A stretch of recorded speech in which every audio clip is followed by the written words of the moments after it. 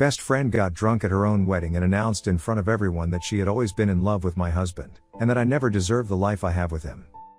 Hi, everyone. So, to be very honest, I don't even know where to begin. All of this is so bizarre, I don't even know how I'm gonna put it all out there, but I know that I need to, so I'm gonna try my best. Me, 30F, and my husband Michael, 30M, we've known each other since we were kids. We went to the same high school, and we got very close as friends, and then, he asked me out in our senior year, and that was it for both of us. Since then, we've been together and it's been a wonderful journey. We have been married for the past 6 years, and recently, we welcomed our first child, our daughter, 3 years ago. And just a few months back, we had our son and completed our family, and I feel truly blessed. For the two of us, life has been great. Now, coming to my best friend, she's been in my life even longer than Michael. We've been best friends since middle school, and Angie and I have been inseparable. I thought that we didn't have any secrets, because obviously, we've known each other for so long, and she's even the godmother to my daughter, but I was really wrong on that front. Because apparently, there's a lot about her that I had no idea about. Our relationship has been pretty normal for many years, but for the last couple of months, she's been acting pretty weird. She decided to get married out of the blue, and just for the record, she and her fiancé, or soon-to-be ex or whatever you want to call it, haven't even been together for that long. Let's call him Jim. So Jim and Angie have been seeing each other for the past year and they get along well enough. She seems to really like him, and he's already said that he loves her. But before they got engaged, she had been telling me about how she's not really sure about him, and she had been very upset because they had had some fight, I don't remember about what, and she had started to believe that maybe they were not as compatible as they should be. And she told me that she was sick of ending up with guys she couldn't marry, and she really wanted to settle down in life now. I remember that conversation quite vividly, but then, just a few weeks later, she was calling me to tell me that Jim had proposed and she had said yes. She was really excited about it, so I decided not to bring anything up about the conversation that we had previously, but since then, I found it very strange that one day, she was complaining about how incompatible she was with Jim, and just a couple of weeks later, he had proposed and she had said yes to getting married. And to be very honest, I found it very surprising that Jim had proposed, because like I said, they hadn't really been together for that long. It's just been a year, but then again, when you know, so I decided not to comment on it, and I was just happy for her. And let me just mention, we had that conversation about incompatibility maybe 4 to 5 weeks before she got engaged, and in the middle of it, I had told her that I was pregnant. I was 5 months along at the time, and that's when we decided to tell people apart from our immediate families. Back then, obviously, I didn't think that my pregnancy announcement had anything to do with her engagement, but now, I'm not so sure anymore. So anyway, she's been planning her wedding for the past 8 months, ever since she got engaged, and I was asked to be the maid of honor pretty much immediately afterwards. Nothing seemed that weird in the beginning, apart from whatever I mentioned, but as she got closer to the day of the wedding, she started behaving more strangely. And I literally had to ask her several times if she was sure about this, because if she wasn't, we could still cancel all of it. However, she told me that she really wanted to get married to Jim, and that at her age, she didn't want to back out of this just because of cold feet, and said that she would be fine after she got married. I had my doubts, but it was her decision to make, so I didn't say much. Then, a couple of days ago, she got married, and until the ceremony, everything was fine. But after that, during the reception, she got super drunk. And I'm talking words getting slurred kind of drunk, so it was pretty strange, and I even tried to get her back in control, but she just wouldn't listen to anyone. So that's how things turned out to be completely disastrous in the end, because at one point in time, she took it upon herself to make a speech about how happy she was that she was finally married now. The beginning of the speech was nice enough, and even though she was super drunk, she was saying nice things about her husband and people were laughing, a little awkwardly, but nobody seemed to mind it too much. However, she just went on and things took a turn for the worse when she started talking about how I, her best friend, played a major role in her decision to get married. And she started talking about my marriage, how I've been with Michael for so many years, and how she's always been a little jealous of me. She spoke about our kids and her happy marriage and said that that's exactly what she wanted, and then, all of a sudden, she started talking about how she fully believed that the life that I am living right now was the life meant for her. And I never really deserved it, nor did I deserve Michael, because apparently, she's been head over heels for him ever since high school, and she kept waiting to pluck up the courage to ask him out at some point, but never could. By the end of our senior year, he had asked me out and we were together, and she was left heartbroken, and since then, she has tried her best to be happy for me, but ultimately, she knows for a fact that she would have been a better wife and a better mother to our kids if Michael had just chosen her instead of me. And throughout all of this, she was so drunk, and I was trying to stop her from saying things that she would regret, but after she started saying these things, I was so shocked that I couldn't even tell her to shut up or anything. Because I was so stunned, I was literally speechless. And I think so was everybody else, because she was pretty loud, she didn't even need a mic. She just kept going on, and she was laughing as if it was some huge joke, but nobody else found it funny. Everyone was shocked, and after a point of time, I realized that I'd heard enough. I was really hurt and disappointed, so I decided to leave the wedding. I didn't even care about anything else, I just walked out with my husband. Thankfully, my parents had only been there for the ceremony, but had gone home with our kids during the reception, so my daughter didn't see any of that. Because I don't think I would have ever been able to explain it, since Angie has been like a sister to me, and like I said, in the beginning, she's even my daughter's godmother, and nobody could have seen anything like this coming. Anyway, after that day, I didn't speak to her for 2 days, and I was really upset. Because this was a lifetime of friendship just gone with one speech, since I'm pretty sure that I can't be friends with her anymore. And then, last evening, she called me up, and I thought that she was going to try and apologize, but I was not ready to speak to her, so I decided not to answer the phone call. But she just kept calling, so at one point of time, I decided to just hear her out, and I was shocked to learn that she was not calling to apologize, but in fact, she was calling to yell at me because for some reason, she had decided that it was my fault that she got that drunk and started saying all those things. As soon as I picked up the phone, she started yelling at me, saying that because I did not try to stop her while she was drinking, she lost control of herself and got too carried away and said many things that she shouldn't have. And as her maid of honor, it should have been my duty to make sure that she was under control while drinking, which I had failed to ensure, and now, for that reason, just as soon as she has gotten married, she's gonna have to get her marriage annulled because Jim has already made that decision.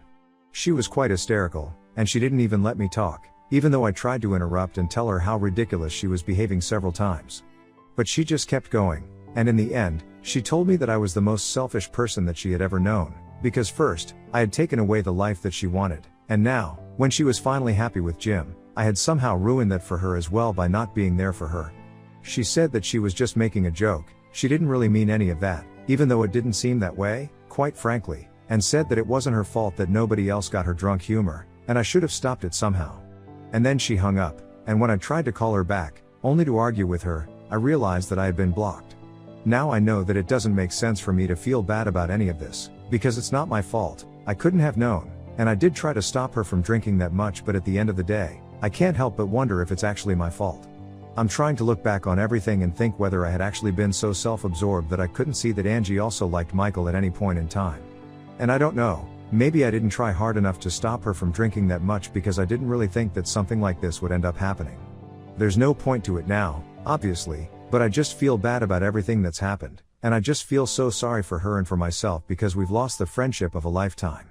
I know for a fact that things will never be the same again, and it just really hurts. So I really need some peace of mind at least, which is why I need to ask Ida for not being able to stop my best friend from getting too drunk at her wedding and ruining her marriage.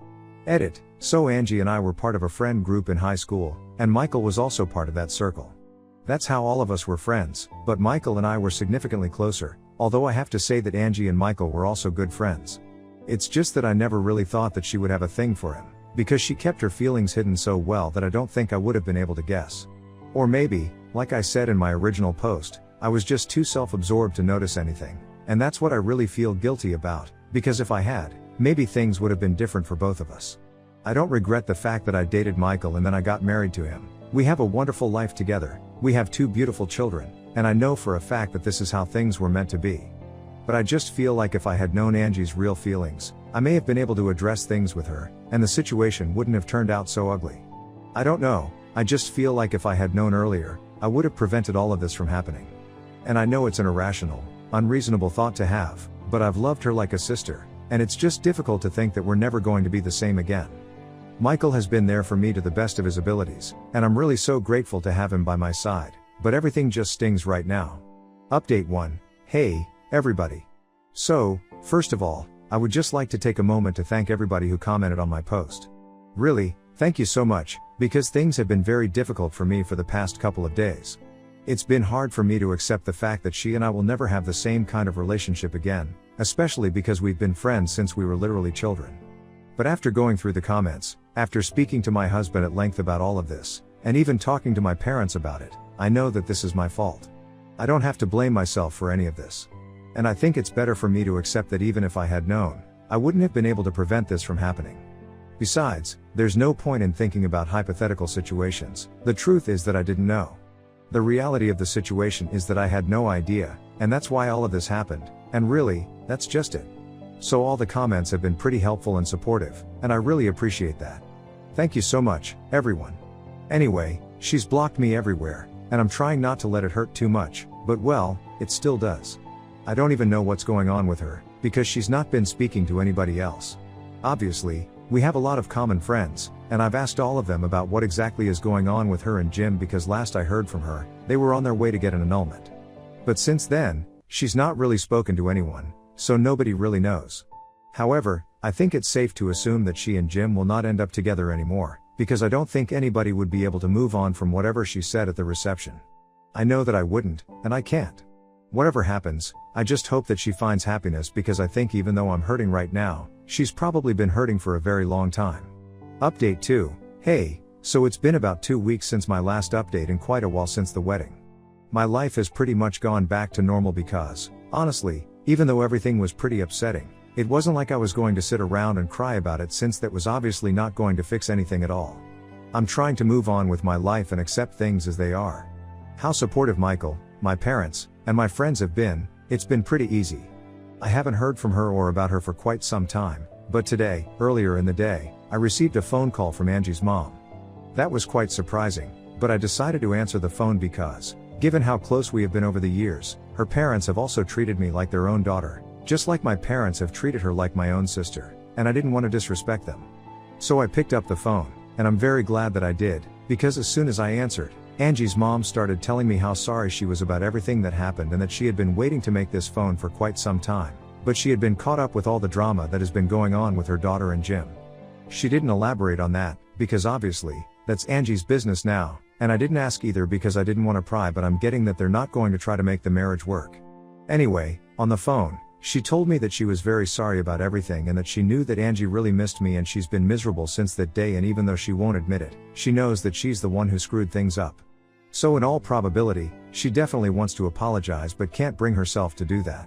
So basically, Angie's mom was calling me to apologize on everybody's behalf, not just herself, but also Angie and her father. Her dad decided not to be on the phone call because apparently, he was too embarrassed to even talk to me after everything has happened, but he did say that he would like for me to forgive and forget, and even if I don't speak to Angie ever again, he would like me not to hold a grudge against her. And I told them that that was a given, because in spite of everything that's happened, it's not like she was in control of her own feelings. I definitely think that she should have dealt with the situation better. I do think that this is probably hard on her as well, and there are no winners here. But regardless of how upset I am with her, I don't think I would hold a grudge against her since it just wouldn't make sense, and I reassured them that I'm not upset with them at all. Because to be fair to them, it's not really their fault. They had no idea about what was going to happen. They didn't even know that she had been in love with Michael or anything of the sort. Anyway, we chatted a little, and Angie's mom told me that she's been miserable and she's refusing to talk to anyone, and hardly even comes out of her room anymore, except at meal times. She told me that she's been worried, and she basically just said that if this continues, they might take her to a mental health professional, because obviously, right now, she needs it more than ever. I could tell that she was very distressed, so I told her that everything was going to be fine and that with time, Angie would get better. After all of that, she tried to ask me if I would be open to the thought of visiting sometime in the future, if Angie continued behaving this way, because maybe I would be able to get her to open up if I decided to show her that I had forgiven her. And to be honest, it was quite dicey for me because obviously I don't want her to get better, but I don't think that I'm the right person for that at the moment. So I told her mom that I could understand why she would think of me, because obviously, for so many years, I've been the only person that they've always thought of whenever Angie has been upset. Anytime anything has happened that has upset Angie and she wouldn't speak to her parents about it, they would call me, and if it was something that I could share with them, I would tell them, and they would deal with the situation accordingly, but if it was a secret, I would just tell them to leave it to me. And even with my parents, it was the same. That's how close we had been, so naturally, this was her first instinct in this situation as well, but unfortunately, I don't think I would be able to do anything here apart from making the situation worse. So this time, I had to let her down gently, and luckily, Angie's mom was very understanding about it. Obviously, I felt bad, because I knew that she was very distraught and upset about all of this, like any mother would be. And she was probably grasping at straws to make the situation better somehow, but I think this is something that Angie has to deal with on her own. I definitely cannot help her out here, and if she doesn't open up to her parents, or literally anybody else, they won't be able to help her out either. So far, it's just been us against the world, but now, I think it's not the same anymore, so we're gonna have to fight our battles on our own, and we can't count on each other to have each other's back. She let me down, and I'm pretty sure that she feels the same way about me. And as hard as it is, that's the way things have turned out to be, and we have to accept it. I have my husband and my parents to have my back, though, so I just hope that she opens up and trusts the ones who love her so she doesn't end up alone. Update 3. Hey, so it's been a couple of weeks since my last update. 6 weeks, to be precise, and things have been pretty normal for me. Obviously, sometimes I do end up missing Angie, because now we don't talk anymore. But other than that, it's been alright. I haven't heard from her for a very long time, but I don't know that she and Jim ended up getting an annulment. I heard from a couple of friends that she moved away, not just from the city, but to another country altogether. Apparently, a couple of days back, she finally resumed posting on social media. That was something she had put on hold for quite some time after the wedding, but she finally posted, and she's in New Zealand now. She started a new job, so she posted about that as well, and since I'm still blocked, I heard about it from a couple of other friends. I hope she's happy. To be honest, I think after everything that's happened, all of us deserve to be happy. So it's a good thing that she's choosing to move on with her life. My daughter has asked about her Aunt Angie quite a few times in the past couple of weeks, but I've always been able to delay answering the question with the truth. I know that someday, I might have to tell her, but I'm hoping that she might just forget, so I don't have to bring up such bitter situations because honestly, this is not something that she needs to know. She can keep remembering and thinking of her Aunt Angie fondly. I don't want to ruin that. As for Angie's parents, they have still continued to be nice to me, since they wished me on my birthday last week quite warmly. I am honestly not sure if Angie knows about this. I don't know if she would be okay with it, but as long as they're being cordial with me, I don't see any reason not to reciprocate. Anyway, that's how life has been for the past couple of weeks. It's been weird but uncomplicated, and I'm thankful for that at least. I hope that with time, I feel less upset about the situation, because even now, I do find myself missing her a lot at certain points of time, like I mentioned in the beginning. I don't know if I'll get over that anytime soon, but I know that I have too. Update 4. Hey, guys, so it's been close to a year since the wedding debacle. And since then, Angie and I have not been on speaking terms, but I have pretty much accepted it by now. I'm doing well, and so is Michael. And our kids are also fine, so that's all that I could ask for. To be honest, I hadn't even thought about all of that in quite some time, but recently, I ran into Jim at a restaurant. This happened last evening. I went out with my family for my mom's birthday and that's where we ran into him. He is the one who spotted us first and approached our table, and he came over to say hi, which I thought was a bit weird, but we were still nice to him. He was out with his friends, and all he said to me was that he would like to talk to me before either of us left, which was quite intriguing because I had no idea what he would possibly have to say to me. Since he and Angie were together, we did end up becoming friends, but we were never really that close, since like I said, he and Angie had been together for just a year before they got engaged. Anyway, as it turned out, he was about to leave before I did, so I decided to talk to him in private outside the restaurant, in the parking lot. And surprisingly, he started off by apologizing for everything that had happened at the reception, even though it was not really his fault. But he told me that something had been weighing on him for the longest time, and he just needed somebody to share it with who would actually understand. He basically told me something that confirmed everything that I thought, that it was my second pregnancy with my son that set off this chain of events, because right after I told Angie, she started telling Jim that she wanted to get engaged and married as soon as possible. Back then, even he was quite confused, because like I said, even for him, 1 year was too short of a span of time to really get to know somebody and they hadn't even been living together at that time, so he was kind of skeptical about it, but she seemed so sure of it that he decided to go ahead and propose. Just like me, he didn't put 2 and 2 together until after the whole fiasco at the wedding, and that's when he realized that it must have been the announcement of my second pregnancy that made Angie so anxious to get married and maybe just prove to herself that she was capable of building a life for herself just like I had, be it with Michael or without. After telling me this, he said that he had spoken about this only with his parents and a couple of close friends, but nobody else knew, and when he saw me today, he felt like he had to tell me because he thought that I would understand, and I did. I really understood why he would want to share this with me, and I told him that at the end of the day, this was not our fault. We couldn't have prevented any of this from happening, and the only thing that we can do is move on with our lives now.